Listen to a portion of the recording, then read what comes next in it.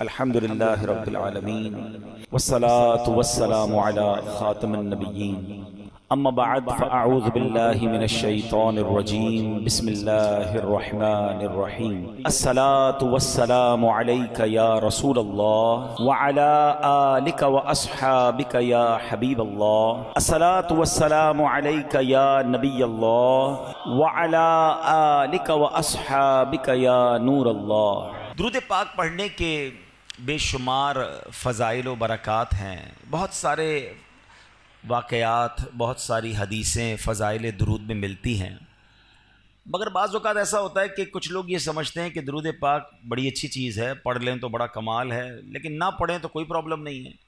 Normally درود پاک کو لوگ گرانٹڈ لے لیتے ہیں، ایسا نہیں ہے۔ درود پاک بعض موقعوں پر پڑھنا ضروری ہے، اور درود پاک سے دوری بعض اوقات ہلاکت کا سبب بن جاتی ہے۔ ایک حدیث پاک سنیے، اللہ کے حبیب علیہ الصلوۃ والسلام فرماتے ہیں جو درود پاک پڑھنا بھول گیا وہ جنت کا راستہ بھول گیا۔ درود پاک کو چھوڑنا نہیں ہے، یہ جنت میں جانے کا راستہ ہے۔ اب جو میں آپ کو حدیث سنانے جا رہا ہوں نا، اس میں مزید نہ صرف درود پاک کی اہمیت کا اندازہ ہوگا، بلکہ ماہ رمضان اور والدین، ان سب کی اہمیت کا اندازہ ہوگا۔ سرکار دو عالم نور مجسم صلی اللہ تعالی علیہ وسلم ایک بار مسجد نبوی شریف میں ممبر اقدس پر تشریف لے گئے، اور میرے آقا علیہ الصلوۃ والسلام نے ممبر اقدس پر اپنا جب پہلا پیر رکھا، قدم مبارک رکھا تو فرمایا آمین، اگلا قدم رکھا فرمایا آمین، تیسرا قدم مبارک رکھا فرمایا آمین۔ صحابہ کرام کا کمال یہ تھا کہ جب بھی وہ پیارے آقا علیہ الصلوۃ والسلام میں کوئی غیر معمولی چیز دیکھتے تھے، ان یوزول کوئی معاملہ دیکھتے تو فوراً سوال کرتے تھے۔ تو سوال کیا، حضور یہ آپ نے ہر قدم مبارک پر آمین فرمایا، اس کے پیچھے کیا حکمت ہے؟ حدیث کا خلاصہ ہے، سرکار دو عالم علیہ الصلوۃ والسلام فرماتے ہیں میرے پاس جبریل امین آئے اور انہوں نے یہ دعا کی کہ یا اللہ جو ماہ رمضان کو پائے اور اپنی مغفرت نہ کروا سکے وہ ہلاک و برباد ہو جائے۔ آقا فرماتے میں نے اس دعا پر آمین کہا ہے۔ دوسری سیڑھی پر قدم رکھا تو جبریل امین نے دعا کی کہ یا اللہ جو اپنے ماں باپ کو بڑھاپے میں پائے اور ان کی خدمت اسے جنت میں نہ پہنچائے تو وہ ہلاک و برباد ہو جائے۔ آقا فرماتے میں نے اس دعا پر آمین کہا۔ اور تیسری سیڑھی پر جب قدم رکھا تو نبی پاک علیہ الصلوۃ والسلام فرماتے ہیں کہ جبریل امین نے دعا کی کہ یا اللہ جو نبی پاک علیہ الصلوۃ والسلام کا نام سنے اور آپ پر درود نہ پڑھے وہ بھی ہلاک و برباد ہو جائے۔ میرے آقا فرماتے میں نے اس دعا پر آمین کہا۔ اب ذرا غور کیجئے، سب سے پہلے تو یہ سمجھتے ہیں اس دعا کی امپورٹنس کتنی ہے، اس دعا کا مرتبہ کتنا ہے۔ دعا کرنے والے کون ہیں؟ فرشتوں کے سردار جبریل امین، اور آمین کہنے والے کون ہیں؟ نبیوں کے سردار صلی اللہ تعالی علیہ وسلم، جناب رحمت للعالمین۔ اٹ مینز دعا کے قبولیت میں تو کوئی شک نہیں ہے۔ اب یہ تینوں کام بڑے اہم ہو گئے نا، رمضان ملے اور مغفرت نہ ہو وہ مارا جائے گا، وہ برباد ہو جائے گا۔ لیکن آپ سوچیں کہ رمضان میں میری اور آپ کی مغفرت کا انتظام کیسا کیا رب نے۔ آئے ہائے، قربان جائیں اللہ کی رحمت پر۔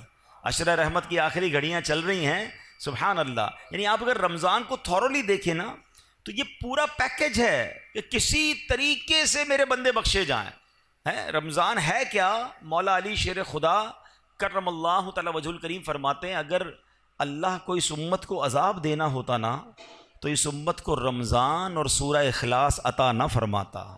بھئی اسی ایک روایت سے سمجھ جاؤ نا کہ رمضان کیا ہے، یہ آیا ہی بخشوانے ہیں۔ اب ذرا پیکج دیکھیں کیا ہے۔ سب سے بڑا پرابلم ہمارا، ہمیں گناہوں کی طرف کون لے جاتا ہے؟ کون لے جاتا ہے؟ شیطان، ہمارا کھلا دشمن ہے نا، ہمیشہ بہکائے گا، نماز نہیں پڑھنے دے گا، عبادت نہیں کرنے دے گا، ہمارے دلوں میں وسوسے ڈالے گا۔ جو ہمارا سب سے بڑا دشمن ہے اس کو بند کر دیا، گلی مک گئی نا۔ اگر دشمن ہی نہیں ہے تو پھر تو مقابلہ ہی ختم ہو گیا۔ اچھا شیطان کو بند کیا، جنت کے دروازے کھول دیے، دوزخ کو تالے لگا دیے گئے، اور پھر سبحان اللہ فرمایا کہ روزہ دار کے لیے سمندر میں مچھلیاں، سوراخوں میں چونٹیاں بھی دعائیں کرتی ہیں۔ نفل کا ثواب فرض کے برابر، فرض کا ثواب 70 گنا کر دیا۔ روزانہ افطار کے وقت 10 لاکھ گناہگار جہنم سے آزاد کر دیے گئے۔ اچھا روزانہ رات رحمت کا فرشتہ ندا دے رہا ہے، آسمان سے آوازیں لگائی جا رہی ہیں، ہے کوئی مانگنے والا اس کی توبہ قبول کی جائے، ہے کوئی مغفرت کا سوالی اس کا سوال. یعنی جو فقیر ہوتا ہے نا وہ سخی کے در پہ جا کر کہتا ہے کچھ دے دو آپ کی مہربانی، وہاں سے خود ندائیں ہیں کہ مانگ لو جو مانگنا ہے. یہ بتاؤ بخشش کا کوئی بہانہ نہیں چھوڑا گیا ہے. لیکن اگر پھر بھی رمضان میں کوئی نہ بخشا جائے، جو اس مہینے میں بھی گناہ کرے، روزے نہ رکھے، نمازیں نہ پڑھے، ہیں اس مہینے میں راتوں کو گناہ میں گزارے، راتوں میں پھر برے کام کرے، اب کتنی سخت بات ہے کہ تمہارا دشمن شیطان بند کر دیا پھر بھی تم گناہوں سے باز نہیں آ رہے. اب اس میں بھی کچھ لوگوں کو وسوسہ آتا ہے کہ یار جب شیطان بند ہے تو گناہ کیوں ہو رہے ہیں؟ تو اس کی وجہ یہ علماء نے بڑی پیاری مثال دی کہ اگر آپ سائیکل چلائیں اور چلاتے چلاتے بہت دیر تک چلاتے رہے، اس کے بعد پیڈل مارنا چھوڑ دیں، پھر بھی سائیکل کافی دیر تک چلتی رہتی ہے. تو 11 مہینے جو شیطان نے پیڈل مارے نا ہم پر، تو یہ سائیکل کو بریک تو اچھا سائیکل پیڈل مارنا چھوڑ دیں پھر رکے گی کیسے؟ ایک بار روک دیں، اب نہیں چلے گی، کیونکہ جب تک آپ پیڈل نہیں ماریں گے سائیکل نہیں چلے گی. ایسا ہی ہے نا، ہم بریک نہیں مارتے، ہونا یہ چاہیے پہلی رمضان کو ہی بریک لگا دیں کہ بس اب گناہ نہیں کرنے. سارے گناہوں والے دوست دور، موبائل میں سارے وہ تمام گروپ سے ایگزٹ، تمام پیجز سے باہر جو مجھے گناہ کرواتے، بریک تو لگاؤ نا، پھر نہیں ہوگا رمضان میں گناہ. اگر بریک ہی نہیں لگ رہا، ہمیں دوست بھی وہی چاہیے، ہمیں موبائل میں بھی وہی دیکھنا ہے، ہمیں جناب معاذ اللہ ٹی وی میں بھی وہی دیکھنا ہے. تو آپ سوچیں رمضان میں گناہ کی پنشمنٹ بھی زیادہ ہے، اس کی سزا بھی زیادہ ہے، مگر لوگ گناہوں سے باز نہیں آتے رمضان میں. ایک حدیث سے اس کی سیویرٹی، اس کی سختی سمجھو. ہیں حدیث پاک کا مضمون ہے جو رمضان میں ایک گناہ کرے، ایک گناہ، اس کے 1 سال کے اعمال برباد کر دیے جائیں گے. ایسا نہ ہو کہ رمضان میں کروڑوں بخشے جائیں اور ہم اپنی بری عادتوں کی وجہ سے مارے جائیں. رمضان کی راتیں گناہوں کے لیے نہیں، عبادت کے لیے ہیں. رمضان کھانے پینے کے لیے نہیں، یہ تلاوت اور سجدوں کے لیے آیا ہے. تو نمبر 1 اس دعا کو یاد رکھنا کہ نبی پاک نے آمین کہا ہے کہ جو رمضان کو پائے اور اپنی مغفرت نہ کروا سکے وہ ہلاک ہو جائے. دوسری کیا دعا تھی کہ یا اللہ جو اپنے والدین کو بڑھاپے میں پائے اور ان کی خدمت اسے جنت میں نہ پہنچائے تو وہ بھی ہلاک و برباد ہو جائے. اب سوچئے کہ ہم اپنے والدین کی کتنی خدمت کرتے ہیں. جب والدین کی بات چلی ہے نا تو چلیں پہلے میں ہماری امی حضور حضرت خدیجۃ الکبریٰ رضی اللہ تعالیٰ کا بھی کچھ ذکر کر لوں کہ کیا عظیم ہستیاں. 10 رمضان ان کا یوم وصال ہے. کمال کی حدیث سنیے گا، بخاری شریف کی حدیث. جب پیارے آقا علیہ الصلوۃ والسلام غار حرا میں تشریف لے جایا کرتے تھے، ایک دن یہ ہوا کہ پیارے نبی رسول ہاشمی علیہ الصلوۃ والسلام غار حرا میں تشریف فرما تھے. حضرت جبریل امین بھی بارگاہ رسالت میں حاضر تھے. اتنے میں مسلمانوں کی پیاری امی جان رسول اکرم صلی اللہ تعالیٰ علیہ وسلم کی زوجہ محترمہ حضرت خدیجۃ الکبریٰ رضی اللہ تعالیٰ عنہ دور سے آتی ہوئی نظر آئیں. آگے کیا ہوا؟ بخاری شریف کی حدیث سے پاک سنیے کہ صحابی رسول حضرت ابو ہریرہ رضی اللہ تعالیٰ عنہ فرماتے ہیں حضرت جبریل امین نے خدیجۃ الکبریٰ رضی اللہ تعالیٰ عنہ کو دیکھا تو عرض کیا یا رسول اللہ صلی اللہ تعالیٰ علیہ وسلم، یہ خدیجہ آ رہی ہیں، ان کے پاس برتن ہے جس میں کھانا ہے، جب وہ آپ کے پاس پہنچ جائیں تو انہیں اللہ پاک کا بھی سلام دیجئے، میرا بھی سلام کہیے، اور انہیں یہ خوشخبری سنا دیجئے کہ جنت میں ان کے لیے اندر سے خالی یعنی خولدار موتیوں سے بنا ہوا گھر ہے جس میں نہ کوئی شور ہے نہ کوئی تکلیف ہے. اللہ کا سلام، جبریل امین کا سلام اور جنت میں گھر کی بشارت. جب حضرت خدیجہ نبی پاک کے پاس پہنچی تو پیارے آقا علیہ الصلوۃ والسلام نے فرمایا اللہ پاک اور حضرت جبریل نے تمہیں سلام کہا ہے. تو اس کا جواب دیتے ہوئے حضرت خدیجہ نے کیا کہا؟ ان اللہ هو السلام وعلی جبریل السلام وعلیک السلام ورحمۃ اللہ وبرکاتہ. یعنی اللہ پاک سلام ہے اور حضرت جبرائیل اور آپ علیہ الصلوۃ والسلام پر سلامتی، اللہ پاک کی رحمتیں اور برکتیں ہوں. یہ مرتبہ ہے ہماری امی حضور حضرت خدیجۃ الکبریٰ رضی اللہ تعالی عنہا کا. مادر اولین اہل ایمان کی ہے یہ اس کی بزرگی و پاکیزگی، برگزیدہ ہے رب محمد کی بھی، عرش سے جس پہ تسلیم نازل ہوئی، اس سرائے سلامت پہ لاکھوں سلام. اس کا جبریل ملحوظ رکھے ادب، جنتی گوہریں گھر اسے بخش رب، کوئی تکلیف اس میں نہ شور و شغب، منزل من قصب لا نصب لا صخب، ایسے کو شک کی زینت پہ لاکھوں سلام. سبحان اللہ. حضرت خدیجہ کا مرتبہ آپ کا کچھ تعارف بھی سن لیتے ہیں۔ سبحان اللہ، آپ رضی اللہ تعالیٰ عنہ کی کیا شان ہے۔ آپ کی کنیت ام قاسم ہے، آپ کا سب سے مشہور لقب الکبریٰ ہے۔ آپ بہت پاک باز، بہت باہمت، بلند حوصلہ، باعزت، اعلیٰ نسب رکھنے والی اور نہایت عقل مند خاتون تھیں۔ آپ کے اعلیٰ اوصاف و کمالات کی کیا شان ہے کہ زمانہ جاہلیت میں بھی آپ کو طاہرہ یعنی پاکیزہ خاتون اور سیدۃ قریش یعنی قریش کی سردار خاتون کے لقب سے پکارا جاتا تھا۔ اسلام کا اعلان نہیں ہوا، اس سے پہلے کی بات ہو رہی ہے۔ حضرت خدیجہ کا ایک بڑا پیارا لقب صدیقہ بھی ہے۔ نبی پاک علیہ الصلوۃ والسلام نے فرمایا ہذہ صدیقۃ امتی، یعنی یہ میری امت کی صدیقہ ہیں۔ ایک اور خوبصورت بات کہ پیارے آقا کے 7 اولاد ہوئیں، یاد رکھیے گا، 7 بچے ہیں نبی پاک علیہ الصلوۃ والسلام کے، 4 شہزادیاں، حضرت زینب، حضرت رقیہ، حضرت ام کلثوم اور بی بی فاطمہ رضی اللہ تعالی عنہن، اور 3 شہزادے، حضرت قاسم، حضرت عبداللہ اور حضرت ابراہیم۔ ان میں سے صرف حضرت ابراہیم جو تھے وہ حضرت ماریہ قبطیہ رضی اللہ تعالیٰ عنہ کے شہزادے ہیں۔ باقی ساری اولاد نبی پاک علیہ الصلوۃ والسلام کی وہ حضرت خدیجہ رضی اللہ تعالیٰ عنہ سے ہے، یہ یاد رہے۔ ایک اور خوبصورت بات کہ جب نبی پاک علیہ الصلوۃ والسلام نے ان سے نکاح فرمایا، پیارے آقا کی عمر مبارک 25 سال تھی، اور جب تک بی بی خدیجہ دنیا میں ظاہری حیات میں رہیں، میرے آقا علیہ الصلوۃ والسلام نے کسی اور سے نکاح نہیں کیا۔ اور ایک اور شاندار بات کہ تمام دنیا کے سیدوں کی، حسنی حسینی سیدوں کی جو نانی جان ہیں وہ حضرت خدیجۃ الکبریٰ رضی اللہ تعالیٰ عنہ۔ 65 سال کی عمر میں 10 رمضان المبارک 10 سن نبوی آپ کا وصال مکہ مکرمہ میں ہوا۔ آج بھی آپ کا مزار جنت المعالی مکہ مکرمہ میں موجود ہے۔ اللہ کریم تربت حضرت خدیجہ پر اپنی کروڑوں رحمتوں کی بارش نازل فرمائے اور ہم سب کو ان کے فیضان سے مالا مال فرمائے۔ آپ ایک رول ماڈل ہیں۔ پیارے آقا علیہ الصلوۃ والسلام کی زندگی کا جو سب سے ٹف ٹائم تھا نا، وہ اسلام کا جب اعلان ہوا تھا۔ اس سے پہلے تو لوگ بڑا پیار کرتے تھے نا، آپ کو صادق اور امین کہتے تھے، مگر جب نبی پاک نے اعلان نبوت کیا تو اس کے بعد اپنے پرائے ہو گئے، جان کے دشمن ہو گئے۔ مگر آپ کی زوجہ حضرت خدیجہ نے جو نبی پاک کو حوصلہ دیا، جو آپ کا ساتھ دیا، پیارے آقا علیہ الصلوۃ والسلام اپنی زندگی کے حیات طیبہ کے آخری لمحات تک حضرت خدیجہ کو یاد کرتے تھے کہ خدیجہ نے مجھے اس وقت ساتھ دیا جب میرا کوئی ساتھ دینے والا نہیں تھا۔ تو یہ بات سیکھنی چاہیے ہماری ماؤں بہنوں کو کہ اگر گھر میں مرد کسی مشکل میں ہے، پریشانی میں ہے، تو ہمیں اس کا ساتھ دینا ہے، تانے نہیں دینے، ٹینشن نہیں دینی ہے۔ اور یاد رکھیں میری وہ بہنیں اور مائیں جو مشکل وقت میں اپنے شوہر کا، اپنے بھائی کا، اپنے والد کا ساتھ دیتی ہیں، وہ اللہ انہیں سکھ کے دن ضرور دکھاتا ہے۔ اور جو ہم نے سنا حدیث، پھر آتے اس دعا کی طرف، حضرت جبریل نے دعا کی کہ جو اپنے ماں باپ کو بڑھاپے میں پائے اور مغفرت نہ کروا سکے وہ ہلاک ہو جائے، تو اس سے سوچنا یہ ہے، اس سے سمجھنا یہ ہے کہ ماں باپ کی کتنی خدمت کرنی ہے، ماں باپ کی کتنی دعائیں لینی ہیں۔ میں آج ایک تحدیث نعمت کے لیے، شاید کسی کو یہ بات ترغیب کے لیے مل جائے، اس لیے بیان کرنے جا رہا ہوں۔ میرے ابو جان تقریباً 30 محرم کو آپ کا وصال ہوا، اللہ پاک ان کی بے حساب مغفرت فرمائے۔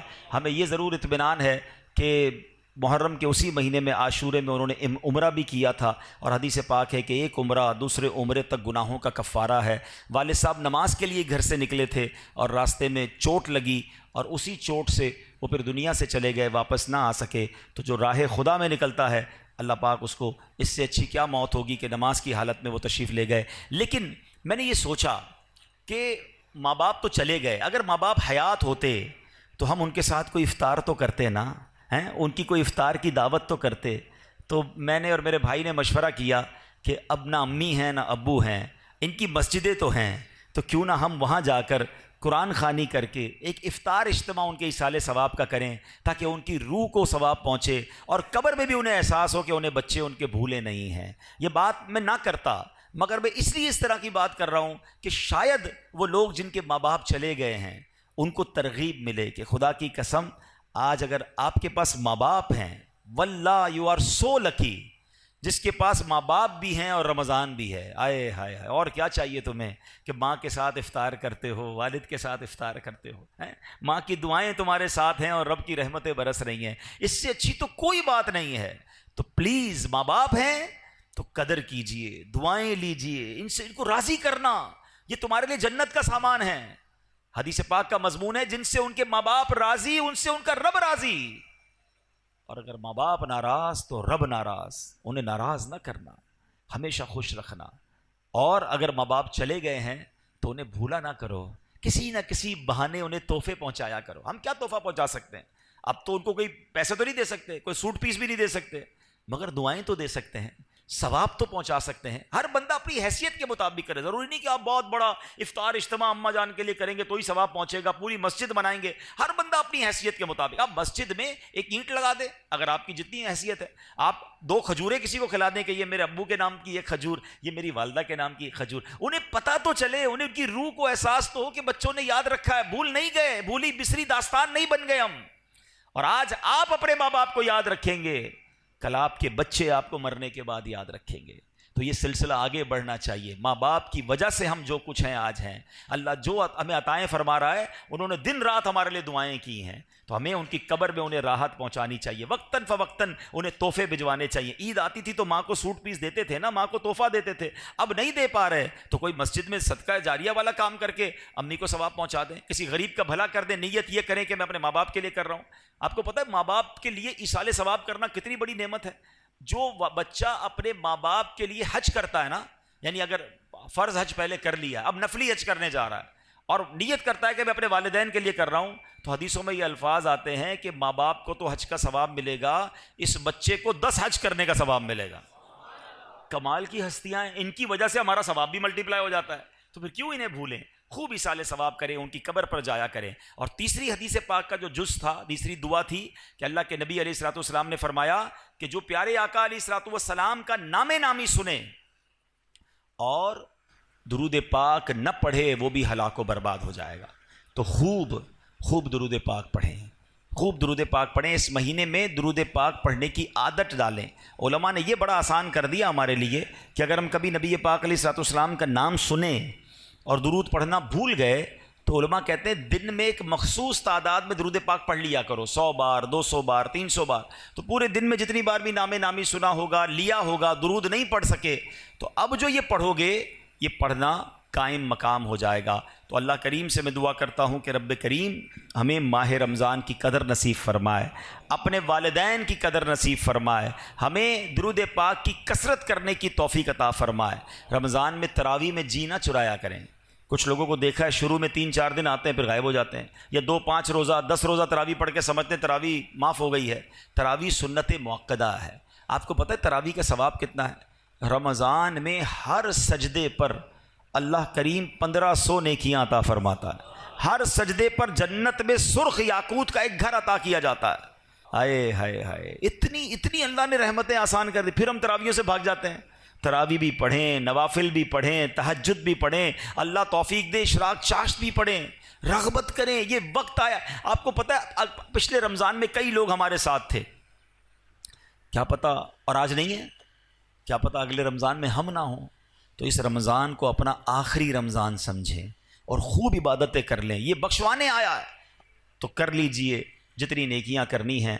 اور آخر میں عرض یہ ہے کہ اس مہینے میں سخاوت بھی کیجیے، اپنی حیثیت کے مطابق اپنے غریب رشتہ داروں کی مدد کیجیے، دیگر مسلمانوں کی مدد کیجیے، اور اس کے بعد میری گزارش ہے اپنی دعوت اسلامی کا بھی ساتھ دیں۔ اللہ پاک عمل کرنے کی توفیق عطا فرمائے، اللہ پاک اس مہینے کی برکتیں ہم سب کو نصیب فرمائے۔ صلو علی الحبیب صلی اللہ تعالی علی محمد صلی اللہ علیہ وسلم۔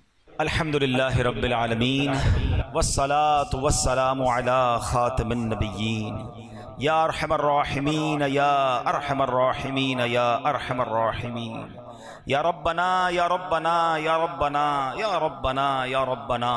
اے رب کریم ہماری زندگی میں جو ٹوٹے پھوٹے نیک اعمال ہیں میرے مالک، ان تمام اعمال کا ثواب سرکار دو عالم نور مجسم صلی اللہ تعالی علیہ وسلم کی بارگاہ میں ہدیتاً تحفتاً عقیدتاً پیش کرتے ہیں، قبول فرما۔